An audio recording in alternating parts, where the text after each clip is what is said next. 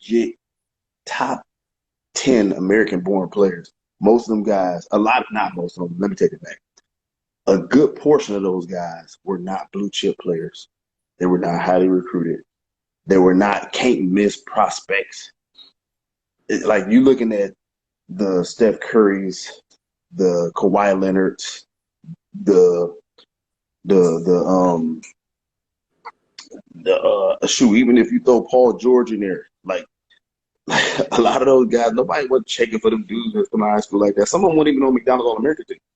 It's weird, but I'll look at it, and of course you have outliers, but it's something about men that had to go through something that has been overlooked that get that extra chip on their shoulder.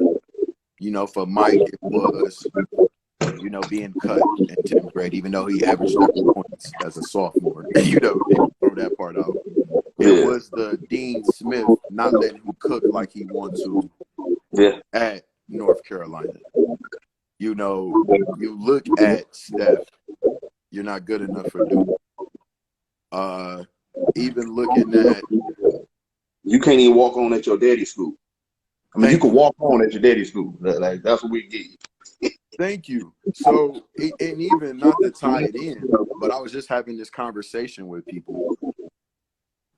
LeBron is an outlier because look at everyone that has been told that they're the greatest. And unfortunately, you know, I didn't get your thoughts on them, but you even look at Imani Bates. And this is why I tell people why your mental has to be good, why your roots has to be great. Yep. Look at the difference between the DJ Wagner and Imani Bates. Imani Bates has been told he was great since he was 12 years old. You get to skip over Durant. You get to skip over even Melo. They say you're the best prospect since LeBron, who many has as the second greatest player ever. Yeah. When you're being told you're going to be an NBA player at 12, I'm seeing it with Mikey Williams too. Let's be real. We haven't heard a lot of noise about that kid since he was in 9th grade. These kids damn near max out and they don't work on anything else because they feel like they already made it. And that's where you keep talking about going back to your list of guys that's been overlooked. Mm-hmm.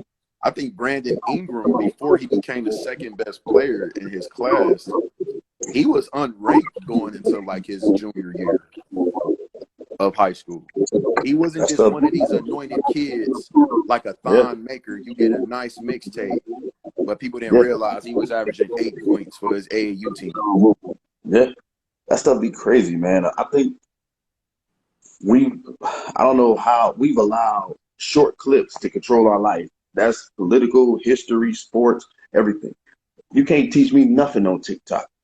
You can't teach me nothing on a short YouTube clip. You can make me look into something from those things. You can make me want to know more about something, but you can't learn nothing in 2 minutes. So let's be real, right? Let's say you were talented and you had all these gifts, right? If you hear how great you are, what's going to make you work on it and cultivate it? So if you have someone like Steph, who was probably 5'9" or short, could barely fit his jersey when he was in 8th grade, but his dad said he still was going out there scoring 40 points because he was overlooked. He had that being overlooked. You get what I'm saying? That's that motivation that makes you want to be better. But me, my story is having a degree, working at Pizza Hut. It's those moments now why I'm the type of supervisor and manager that I am. It's something about, and Will Smith said it before, he won a Grammy and went broke. And he said, I never wanted to feel that feeling again. And for me, I never wanted to feel helpless again. That's why I go as hard and work on my craft. Trying to be a good manager and learn. And just want to be the best at what I do. Because I never want to be helpless again. Those guys never want to be overlooked and doubted again. That's why you see Steph night, crying after a championship. Because he earned that. It's a balance, though, because if you look at your all-time greats, it's a mixture of both things. Like when Magic was little, they knew Magic was Magic. That's why it became Magic. You know what I'm saying? Kareem, they knew. You know what I'm saying? Like, and then you got guys like Shea Cotton, who they thought they knew. You know what I'm saying? So it's always been there. We just get to see it more now. Yeah, Because back then they just fade away. You might get an article about a Lenny Williams or Lenny Cook, and then you know what I'm saying? Like what happened? You don't know. But then you get to see the Carmelo. Carmelo was one of them ones forever. You know what I'm saying? And they got there. You know what I'm saying? Dwayne Wade had to work his way through and become something else. So yeah, you always had a mixture of both. It's about the mentality that's instilled in you, whether you're a prodigy or not. yeah. It really So comes down to who you are. It's like, even though the guy, and it's crazy because we hold these guys to high standards, yeah, but I remember when Austin Rivers, #2 player in his class, supposed to be yes, that guy. going to Duke. Actually, Austin Rivers was second to Anthony Davis. Anthony Davis became the #1 player. Yes, And what I'm just realizing now, and I see it with Imani, and I see it a lot of these guys, man, you really, and even going back to rap, when you want to be the best, that standard, man, you are really, and even just the NBA, these guys are the best. They're just yes, as athletic. They're just as yes, good as you. And even going back, not to go off on that tangent, the question about quarterback play. Are we developing them? I see all type of different questions. Are these guys in the lab studying, really trying to work on their craft? And are these coaches being lazy, teaching the right things to that's prepare them going up against that's the why the best? NFL is a copycat league, and they'll get rid of you if you don't like. What tends to happen in the NFL is they try to force their system on the skill set of the quarterback as opposed to adapting your system to the skill set of the quarterback. So what you're saying is you drafted a mother chicken and you want to be right so bad that you're willing to lose instead of adapting to the best skill sets that you have on the field. If I get whatever my three best players could do, that's what the offense is going to be. I don't care what I wanted to do my whole life. Because you know these offensive coordinators walk around with these playbooks for 10, 15, 20 years, and then they adapt them, and they're like, no, I can't change this. You got to fit what I do. And they're like, well, I don't fit what you do. Well, then we're going to get somebody else. And let's be real, going back to your point, and I'm going to give him some slack. What has pretty much every organization done for a young quarterback that you've been seeing recently? What have they They, been doing? The ones that's becoming successful. Perfect example, Josh Allen, right? yeah, The way he looked his rookie season, people was like, damn, how's this guy a quarterback? yeah. Overthrowing people. But what does Buffalo do? They went and got him. They got him a target. They got him a guy. They got I him a can catch your passes, just throw it, I'll go get it. And right. this is going back to Lamar. When is he going to get that? Why Never. isn't he getting a Tyreek? Look, Why is he not getting a Jalen Waddle? history shows that it ain't gonna ever happen. Because watch this. You can name a lot of black quarterbacks that's had a modicum of success in the NFL. Outside of the pairing for the quick second with T.O. and Donovan McNabb, name their quarterbacks. I mean, their wide receivers, I'm sorry. Shoot. You talking about the Eagles? Who was Steve McNair's main target? Who, Steve Dyson? It Dyson. was Oh, White that was Chain, it. yeah. Steve Wycheck. Ten But wasn't it years. Kevin Dyson? Yeah, Yeah, but that's the Dyson one didn't who make played. no noise. Right. You had Donovan McNabb. Westbrook was his best target, his running back. Yeah. You had And he had Michael James Vick. Thrash. And he had James Algie Thrash. Crawford was his best target. Uh, you go to Let's go to Cam. You go to Cam, right? They trade his best target. Hey, Steve Smith, how you doing? Get out of here. Send him to Buffalo. I mean, send him to Baltimore. Like this is what like you look at when Cap was playing, when he was starting, Kaepernick. I It's don't even know. Crabtree. I can't. Yeah, and he's mediocre. Ain't that what they Yeah. told us? Yeah. So you keep going on, and then they're like, man, they want this guy to do what that guy does. And then let's go through Peyton Manning, right? Where he had Marvin Harrison, Dallas Clark, Reggie Wayne. Like he had some dogs, including his running backs that he played with Marshall Faulk and Andrew James, right? Didn't And that they happen? still remember that one cat was nice. They even still that one guy, Anthony Gonzalez, who was nice at Ohio State. Yeah. So They stayed like, giving him weapons. that's what happens. And either they do that or they build an all-time great defense around you, and then you could be mediocre like Trent Dilfer or Rob Johnson. Or they create a scheme to where Right. we become Brady and Rodgers. We just gonna get the ball out. Yeah. Rich Gannon threw the ball 4 yards all the time. Went to the Super Bowl. Tim Brown and Rice was taking them slants. Right. So when we talk about that, and I'm like, all things aren't equal. And then on top of that, the NFL is not designed. The NFL was designed for a stand-up, drop-back quarterback to be successful. I was just about to Yet, say that. more of them are failures than anything. That's a fact. So, and my bad, I know I think we kind of hit the thing with Nas, Jay, No, you good. but hijack it. But like my question is because you always hear these things. The league has figured out Cat. The league has figured out Lamar. It's figured out Kyler. Well, that's why you need that dynamic receiver to help take that pressure off of you. Because, of course, you're running for your life. You done covered up all these other cats' mistakes.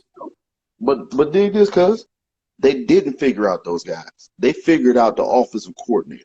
No, I get what you're saying. So that's what people say. That's the way they hold it. That's the way they carry it. But what they figured out was, they're not designing this for this. He's improvising. But I'm talking like this, right? I watched a playoff game when, the Pats didn't win that year, but they played against Jacksonville. Uh-huh. And Jacksonville pretty much was like, bump it. We're not going to let Randy beat us. We're just going to keep everything in front of us. And Brady picked them apart, went like 26 for 28, just took the short games. But he had the weapons. So, of course, they were game planning for Randy. But now Wes Welker is killing you with 5 and 7 yards a pop. Yes. So what I'm just saying is, and But he he played down to basketball. We're going to take away your strength. Yeah. What'd you say, Cuz? He plays for a coach that tells his draft team, don't tell me what he can't do. Tell me what he can do, and we'll do that. Most of the NFL don't work like that. It's fit my system. Which is odd. So what I was just saying is Lamar, of course they're going to do what? We want to keep him in front of us. We're going to stack the box. Yeah. So if he's stacking the box, where is his Jalen Waddle? Where is his Tyreek? So that he can make you pay. Look, I'll take Debo Samuels. Yeah. But what happens, I think a lot of times, man, the teams get lazy. Because when you got a guy who can bail you out, they just roll with that sometimes, man. That's stuff killing me, man. And at the end of the day, they don't report it right. Like right now, Justin Fields is playing on a team that don't have nobody that you want on your team. Yeah. And they're going to judge him based on being successful without the things that a quarterback needs to be successful. Yeah. And that's when I asked, what is the team doing around him? Because if this guy has been transcendent and is good his whole life, Yep. his receivers that he had are thriving. Yep. So why, when he gets to the NFL, why is he throwing for running back numbers, only throwing for 11 times a game? Now, the first week you played in a damn, hurricane. Right. Next week on primetime, why isn't this guy being able to showcase his skill? So now he's going to get looked at as bad, not good, Yep. a bust, if you don't put nothing around him. Whereas this is the second season, Joe Burrow's second season, they're going to get him his favorite target from college. Yeah. Why are we not trading up, getting Ohio State receiver? You get what I'm saying? Right. Something Ain't as that simple as that. You know, Tyler, they at least when they got Hollywood, his college receiver. Right. So why does not Justin Fields get that chance? And the thing is, like you said, the league, man, they're very lazy. Remember how everybody was doing the Wildcat? Now everybody has to go out. You have had to be under Sean McVay. When Sean McVay is successful because, one, he created a system, but he has some of the best players. So now you think all his assistants are about to do what he does. They ain't find out that don't work. Thank you. This guy here from Denver looks terrible. Yes. But he gets the benefit of of coaching on the staff that had Aaron Rodgers. And that coach has won at least 13 games in his first 3 seasons, but with one of the best quarterbacks. Troy, if but Eric now Bieniemy, you go get credit for just putting your name on there. Yeah. Look, and if this Eric dude Bieniemy is terrible. Lamar Jackson, what do you think would happen? You said of who? Eric Bieniemy. You will see some way more creativity. Exactly. We got to figure out how to make everything a mismatch. And then what happens is you take advantage of those seams because they're going to put 8 in the box. And every time he looked like he's going to run, everybody coming up. So it's crazy. But look, I watched it, man. I watched people waste talent. I think I told Dre last time. Me and my homeboy, we coached before I left for the Army. We coached the 8th grade football team, right? Uh-huh. We went undefeated and unscored on. We watched them boys lose next year in 9th grade to the same kids that didn't score a point the year before on us. No points. All that happened was they changed coaches. They moved up, different set of coaches, and all of a sudden they can't win. After we went undefeated and unscored on, cuz. I'm gonna do you one better, cuz. I'm coaching basketball, right? One of the coaches got suspended, so I had to coach his team. I coached the team. I beat them by 20, right? Yeah. I beat them by 20. That same team, I made some adjustments to the lineup. I put guys in their strengths. I told them what they could do. Right. Literally the following week, because what I coached was a makeup game, and they had to play that team the next week. That team I beat by 20. They lost by 20. That's what I'm saying, man. That old rigid thought process. Oh, by the way, y'all, Grand Valley State is doing a practice at Ferndale next week, I think. Oh, wow. Yeah.